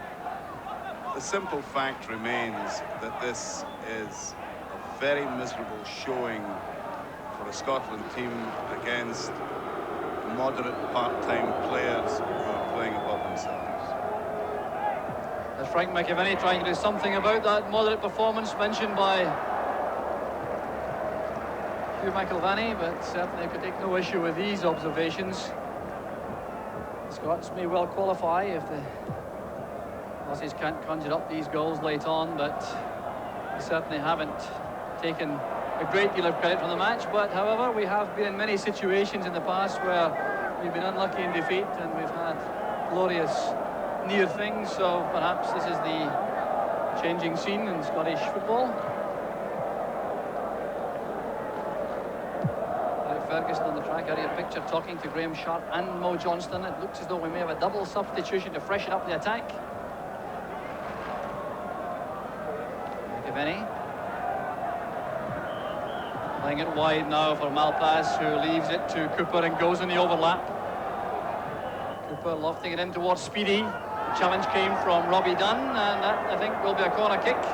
Speedy, I think, hoping for a little more, but to no avail. Indeed, the corner kick has been given. There's the flighted pass from Davy Cooper. Speedy going for it with total determination and commitment, and Dunn was matching his run all the way. Certainly no foul in that challenge from Dunn.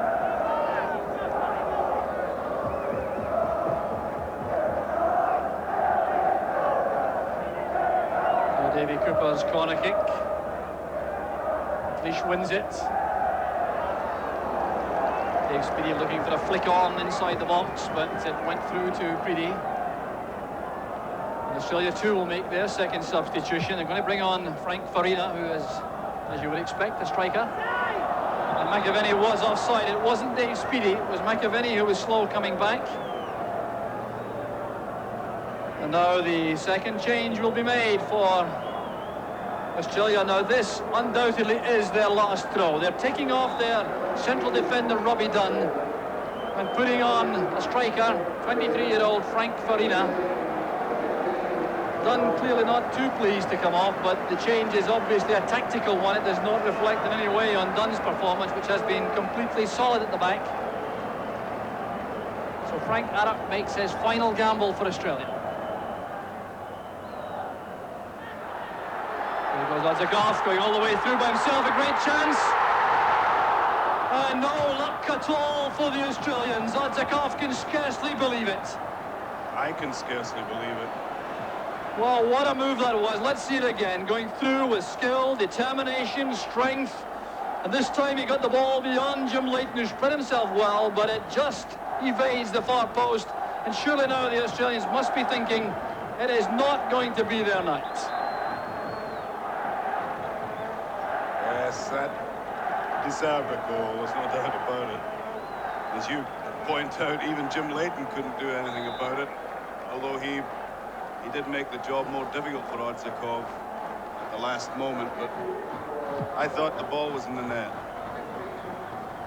That was great, goalkeeping again to spread himself to make life difficult, but what a life that was for Scotland. And in the midst of all that, a substitution has been made for Scotland. Dave Speedy's gone off and Graham Sharp has gone on.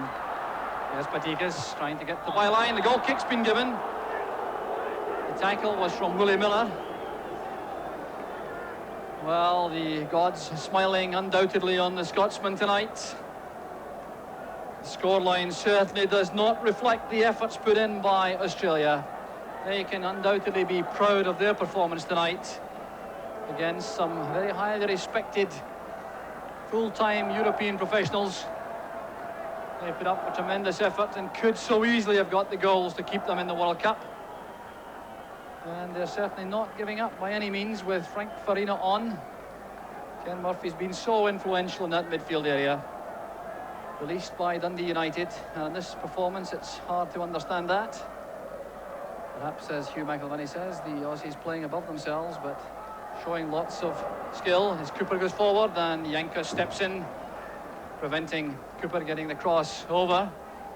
And he's had to concede a corner kick.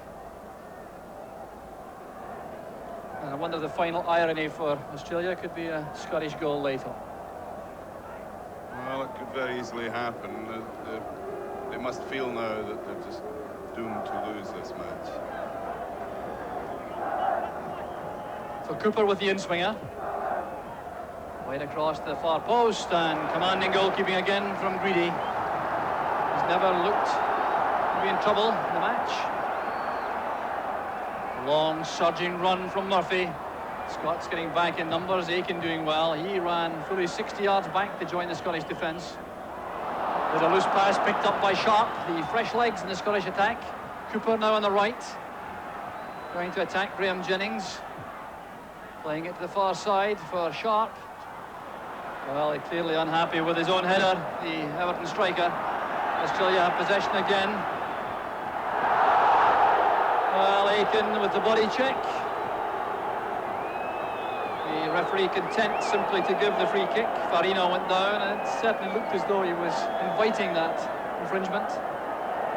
Here he goes again, coming inside to attack the Scottish defence. Now pass with the interception. Was a hand used by Odzikov? No, says the referee, and it's McStay with the clearance. Now Jennings back to Ratcliffe. Switching it wide to the far side to Davidson. Mitchell turning to make room for the shot. Covered all the way by Jim Leighton. And Mitchell did well, and he certainly found himself in lots of space to make the effort. Weariness is creating great gaps all over the field now for anybody who has the legs to exploit them. In these circumstances, you'd expect Scotland to have a very pronounced edge, but that's not really the case at the moment. Our own tiredness is liable to give Australia as many chances as theirs provides for us. Good play from Sharp, going at the Australian defence by himself, trying to find room for a shot. And Murphy tidying up, kept the ball in play, did not concede the corner kick as Graham Sharp hoped. Just under 10 minutes left, still no scoring here in Olympic Park, Melbourne, as Scotland hang on to their World Cup dream. 2 goals in Glasgow still separating the sides. Frank Arrott looking anxiously at his watch. Eddie Thompson beside him, the former Hearts and Aberdeen player. The Australian coach, misjudged by McLeish. Up goes Miller. And that pass was intended for Jimmy Patikas, but was hit with too much power, allowing Leighton to collect.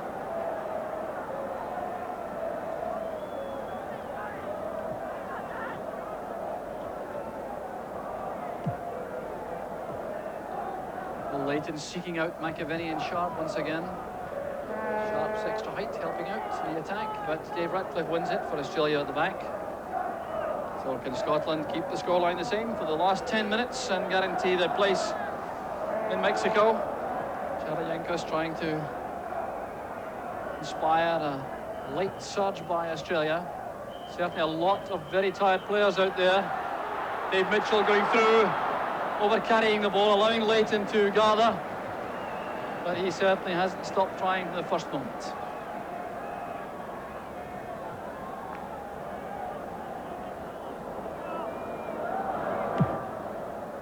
So the crowd, which appears to be well in excess of 30,000 inside the stadium, becoming somewhat subdued. The Scots just hoping anxiously that things will stay the same. The Australians perhaps feeling that time is running away too quickly for their favourites.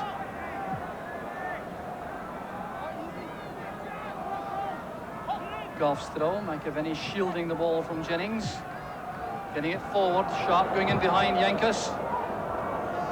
The throw goes to Australia, much to the annoyance of Sharp. It won't be much consolation to the men in the gold and green shirts, but they have played with extraordinary courage, determination, and they take a massive amount of credit for this match. I don't think there's one of them in the Australian squad who should feel anything other than great pride about what has happened here at Olympic Park. Jim Leighton with the unhurried goal kick. He can play it forward. No one in attack for the moment for Scotland. Greedy anxious to get the ball back in play. Well, Alec Ferguson will undoubtedly be aware that this is a substandard Scottish performance, but it still looks good enough to let Scotland qualify for the World Cup finals. Vatikas again, working tirelessly in the Australian cause. Back it goes to Davidson. Leighton is committed, and he hasn't failed to commit himself without winning the ball tonight.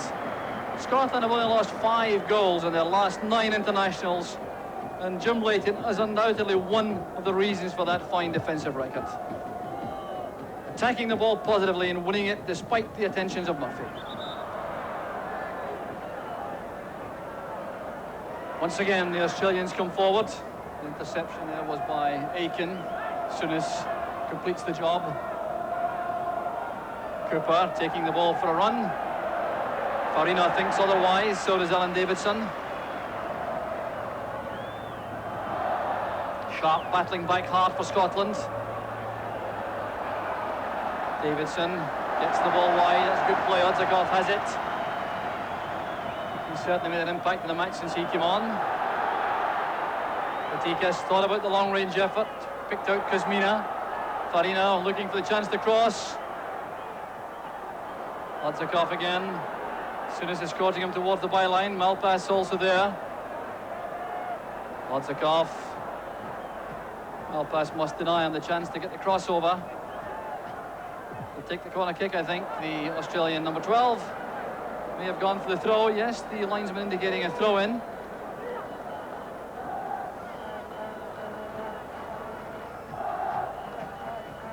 So the tension remains for the Scots. Headed away by Graham Sharp. So just 5 minutes left. 5 minutes between Scotland and the World Cup finals.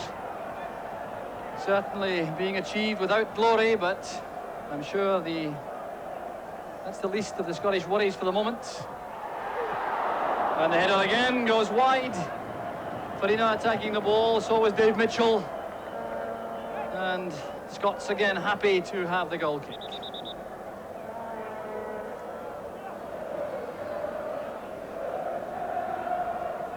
So some earnest conversation on the Scottish bench as Leighton gets the ball back in play.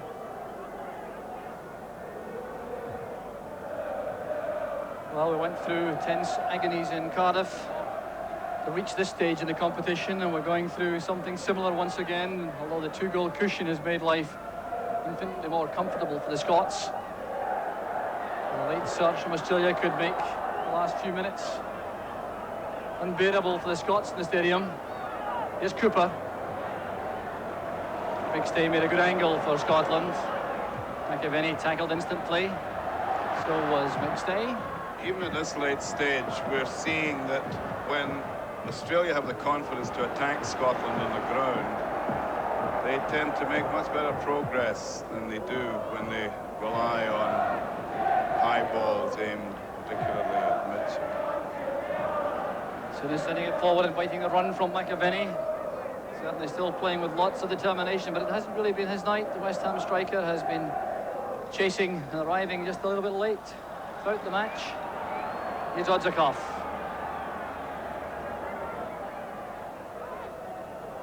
Now Davidson. Ratcliffe coming up, number 5, looking for the pass inside. Patikas again turning and weaving at the edge of the box. Miller goes all the way with him. Down goes Patikas. The referee reacting exactly the same as he did to the Scottish claims, and I think perfectly correctly on that occasion. Well, Hugh, a couple of minutes left. What are your reflections on the match? Well, most of them are bound to be unhappy, but I think if we conduct our usual search for consolation, we can at least come up with a very, very big consolation in the growing evidence that in Jim Leighton we have a truly outstanding goalkeeper, and that's the sort of asset that we've been short of through much of our recent history. I think that you'd have to go back a couple of decades to Bill Brown to find a Scottish goalkeeper as reassuring as this man, and perhaps even as far back as Jimmy Cowan to find someone capable of such inspired saves. So McStay trying to make headway against Murphy, and it's Scottish free kick.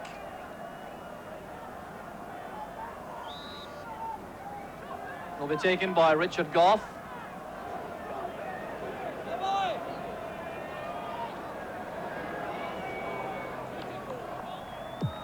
Gough pumps the high ball in. Won by Aiken. Dumped away by Yankus. Leash playing it forward. Now a late chance for Farina for Australia, and the interception, easy one for McLeish to make. McAvenny has gone offside as the Australians pushed forward in support of their creative work in midfield. Now Davidson. Signs now, I think, that the Australians have resigned themselves to the fact that their World Cup effort, superb though it has been, is over. Aiken now looking for support around him. Souness towards McStay, still going forward. Chance now for Graham Sharp, and the instant chip shot didn't beat Terry Greedy, but was very well conceived by Sharp. Good play once again from Paul McStay for Scotland. Here's Murphy. Misunderstanding up front. Dave Mitchell coming short for the pass as Murphy flighted it forward.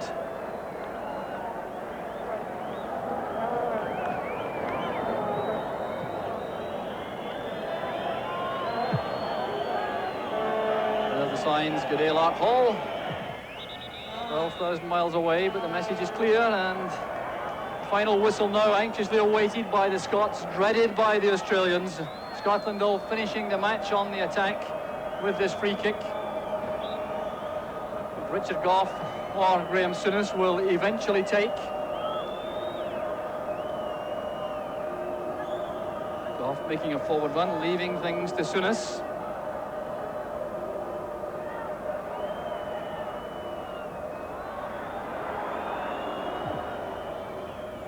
Graham Sharp is the target.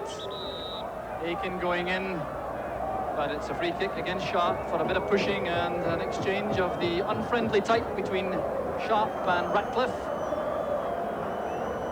Frustration clearly for the Australian defender.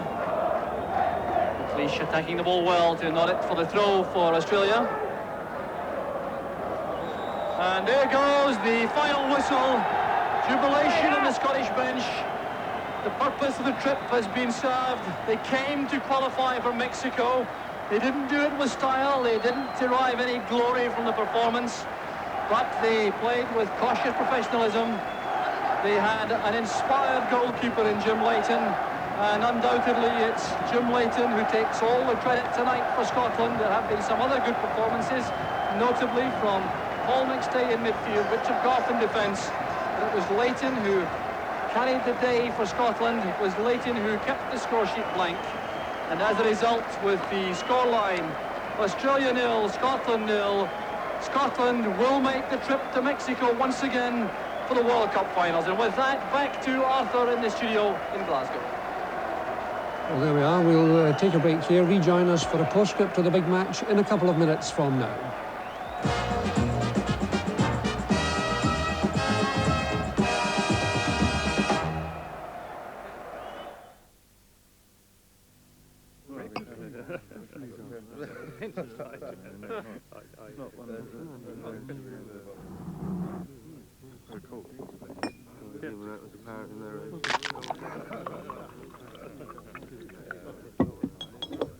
Taylor's, the port drinker's port.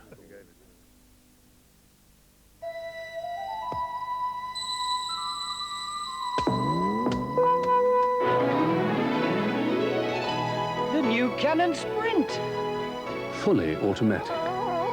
With a unique close-up flash, the 35mm autofocus Sprint takes everyone by surprise.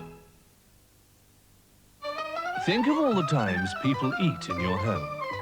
All those dirty dishes, the greasy glasses, the sticky mugs, the cups, saucers, the knives, the forks, the ketchup-smeared plates, the cooking utensils, the pots and pans, even the casserole.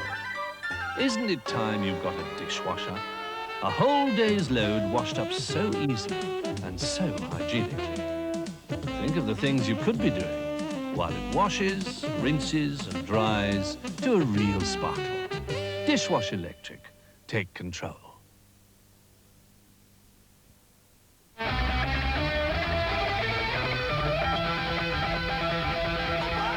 Lucasade, the refreshing glucose drink. We're fools to make war on our brothers in arms. Dire Straits. The album Brothers in Arms.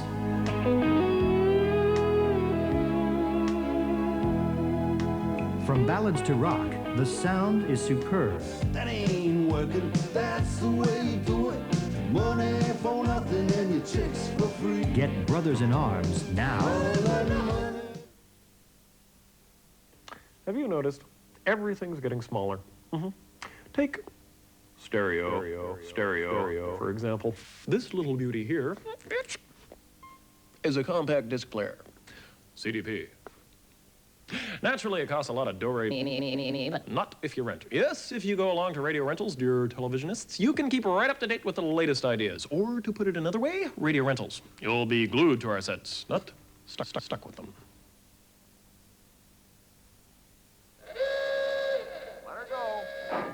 We took two of the world's toughest trucks and a 400-foot cliff.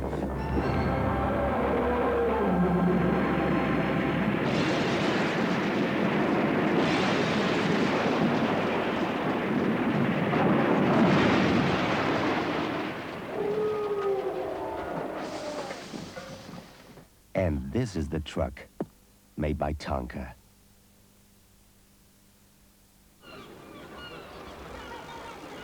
G'day. This takes me back to me shark fishing days, back in Oz.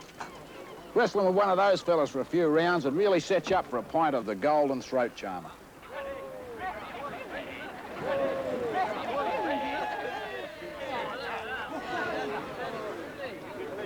Excuse me, mate. Mind if I borrow some of your bait? Masters. Tar sport. The Australian for lager.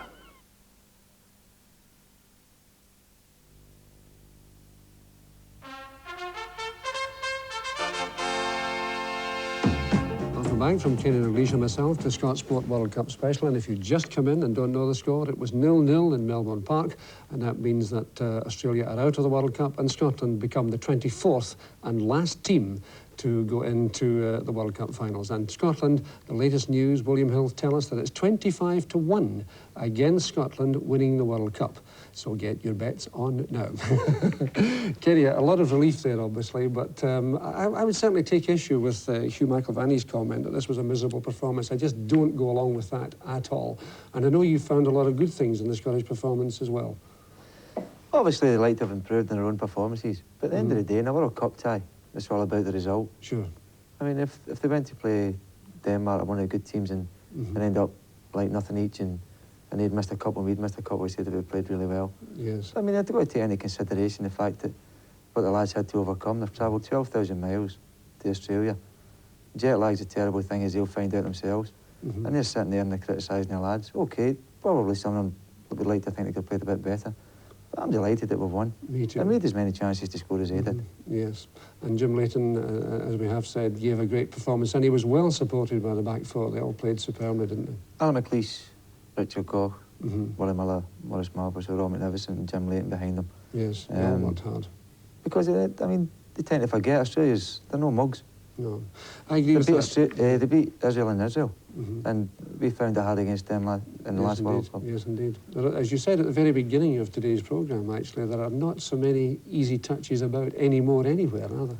No, there's not. And as I say, to go away, not to lose a goal, you set up for that every single time. Certainly would, certainly would. Right, let's take a look at some of the second half action and some of the incidents that nearly caused us heart failure in here. And the Scots under a fair bit of pressure for quite a lot of the time in the second half. Yeah, Jim must have seen that late. It just came round the side of Willie Miller. And it was just an instinctive save again there. He's knocked it away. Yes. Unfortunately, again, it felt a Scottish shot to clear. Yes. Of course, the instinctive goalkeepers are, it's just one of these things. It's like natural goal scorers. You know, a natural instinct to be in the right place at the right time. That's what I'm saying. He's in the right place at the right time, which enables him to make the save. Right, and coming up, a free kick that very nearly produced the only goal of the match coming up here. Yeah, we're a bit unfortunate here, obviously. Alex worked out in the training ground and just unfortunate. It was just a little bit in front of both their lads. They both had to go for it, and I think they've gotten in each other's road. Yeah, oddly enough, at the time we felt if there had just been one of the two strikers there, one of them might have done it, but two of them just seemed to... Yeah, but it's a bit of encouragement. Yes, yes. It was a set piece, and it really worked well. At that point, I thought actually the Scots were beginning to take control of the match. They looked very, very busy and very aggressive at that stage in the match. They looked as if they were beginning to take control, and a goal at that time would certainly have finished it, wouldn't it? Well, I never thought we were in any danger, really, throughout the second half. Jim Leighton's come out and then narrowed the lad down and he broke through well. Jim Leighton takes a lot of credit for that miss as well. Yes, well, this is one that, you know, that I think, again, the Australians will be disappointed with. The substitute comes on. That's a free kick. And that was a really good effort.